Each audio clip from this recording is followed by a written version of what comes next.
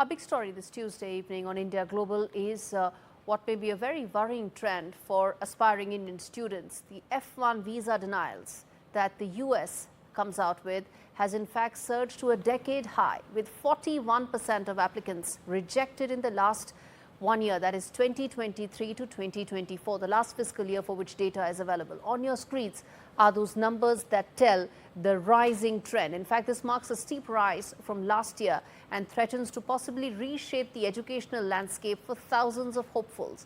In total, about 2.7 lakh students had their dreams dashed as US authorities turned down, as I said, over 40% of the 6.7 lakh F-1 visa applicants. For many Indian youth students, the US has long been a beacon of academic opportunity, with India now making up the largest group of international students. But this surge in rejections, alongside a drastic 38% drop in student visa issuances, has cast a long shadow over those aiming to study at American universities.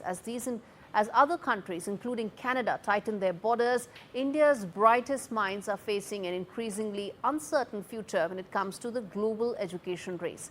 As the US government fails to provide clarity on specific rejection patterns, students and families are left in the dark about their chances, forcing many to reconsider their plans or even give up their dreams altogether, which is why we are discussing this in greater detail. Joining me today are two experts to talk more about what this means for Indian students and how significant is this crisis, because remember, this is pre-Trump era. Is the Trump era going to be worse? Is something that I'm going to put forth to the panelists joining me. Naveen Chopra, founder chairman of the Chopras group, and Mr. Sudhanshu Kaushik, executive director of the North American Association of Indian Students. Sudhanshu, good to have you on the show. And likewise, Mr. Chopra as well. In fact, Sudhanshu, let me start with you, which is that some of these numbers are in fact the pre-Trump era, aren't they? Where all the uncertainties that are there of the Trump administration weren't there, but still the numbers indicate a drastic fall in terms of the way in which foreign students are being perceived. Absolutely. This has less to do with politics for the first time in about 6-7 months, and more to do with the methodology in place that takes out and crunches this number, but also the supply and demand. The fact is that U.S. colleges in the United States have expanded their reach. They've also invested a lot in outreach across the world, and the metrics in which they use to judge acceptance and denial has also changed. Just in the past 3-4 years post-COVID, standardized tests would be a non-negotiable. Now that rate of how many required standardized tests colleges take has decreased substantially, and has made education in the United States more accessible and equitable. But at the same time, what's happened is that while you're going out, reaching, people are applying, the fact is that there are unqualified people in certain cases, or not the most qualified people that are attending it. So I think it has less to do with politics and the current administration and the back and forth that's happening, and more just how education is changing. Indeed. And let me put that to Mr. Chopra. Your company has been advising students about going overseas for a really long time. So what's the message right now that you would give to all those students evaluating American universities as an option? Seriously, I would say that if you don't want your visas to be rejected, don't go down the route of fraudulent documents, forged bank statements, and so on and so forth. As you rightly said, we've been in this line of work for the last 30 years, since 1995. And largely throughout the years, even though we have absolutely nothing to do with the US Embassy or no interfacing with the US Embassy, it's just the way we've been processing students, and this is well known, our visa rejection rate is almost zero. Why? Because we do not touch a student who comes or asks questions or behaves in a fashion where we know that there's some forging of documents going to be there, or there's some clandestine under the table stuff going on.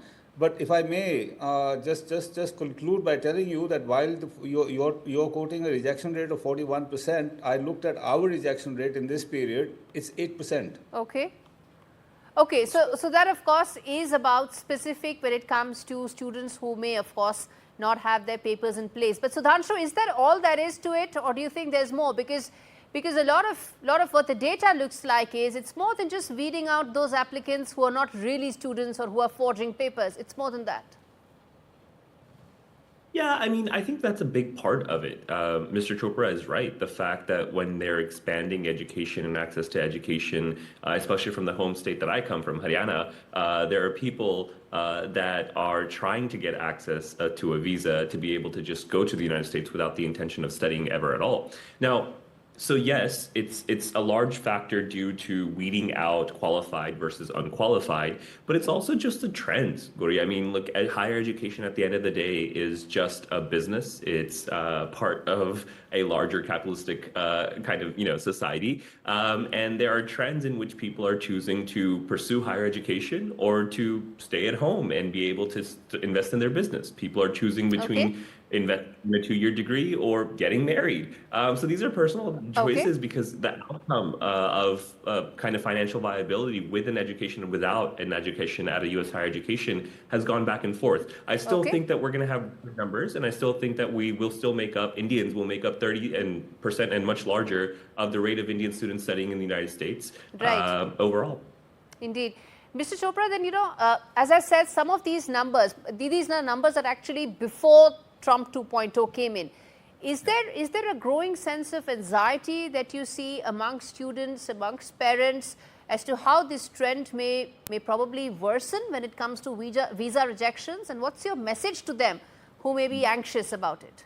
Well, there is definitely a certain anxiety with President Trump's second term, because even in the first term, he's a very unconventional president. He's an overtly out-and-out nationalist, and he's functioning from a disruptive space. He's disrupting the settled bureaucracy and the settled stuff that has been in the United States and all other countries. But my message to the parents of students is that if you're a genuine student, and you are serious about your education, you are going to go and enroll at a university, don't fear, just move ahead, just be careful and make sure that you are well prepared for the journey ahead.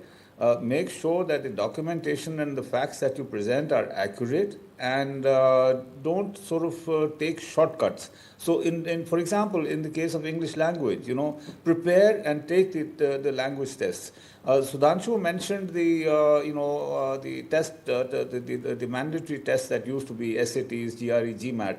Now, a lot of universities dropped these during the COVID period. A lot of them are bringing them back. Our advice to students always has been that rather than take the easy way out, take the hard way out, prepare, do the tests, because the tests have a value. You present it at the value, it shows you're a serious student, and if your scores are high, you're going to be in line for scholarships and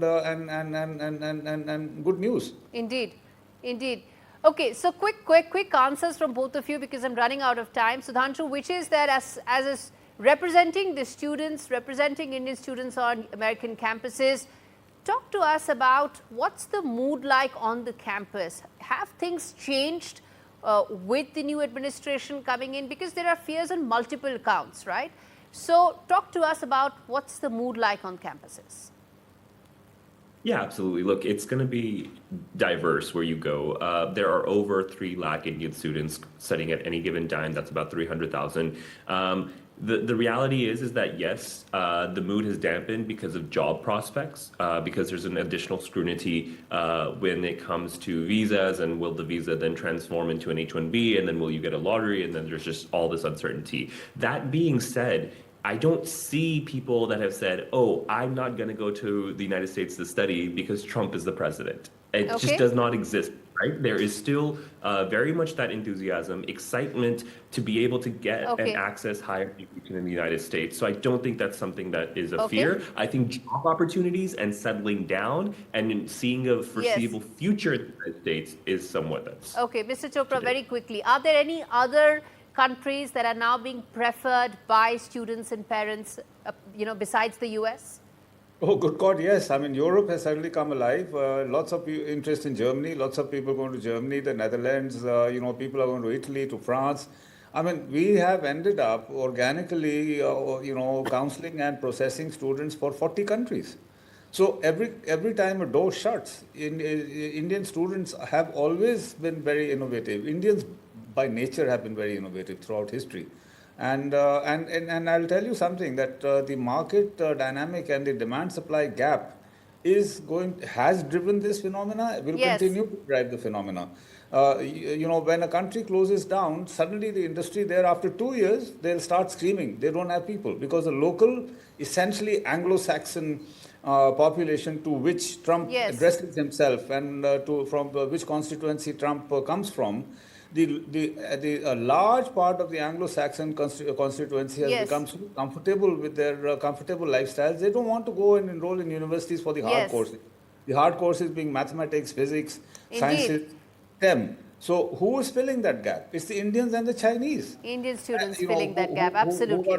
who are investing in themselves, and in the Absolutely. process of investing in themselves, they are being picked up by the companies. I mean, Absolutely. NASA would not collapse, but would suffer heavily if all the Indians walked out. All right, that's a great note to end this conversation. Thank you so much, gentlemen, for speaking to me on a trend that's worrying, but hopefully Indian students will be able to tide this rough patch.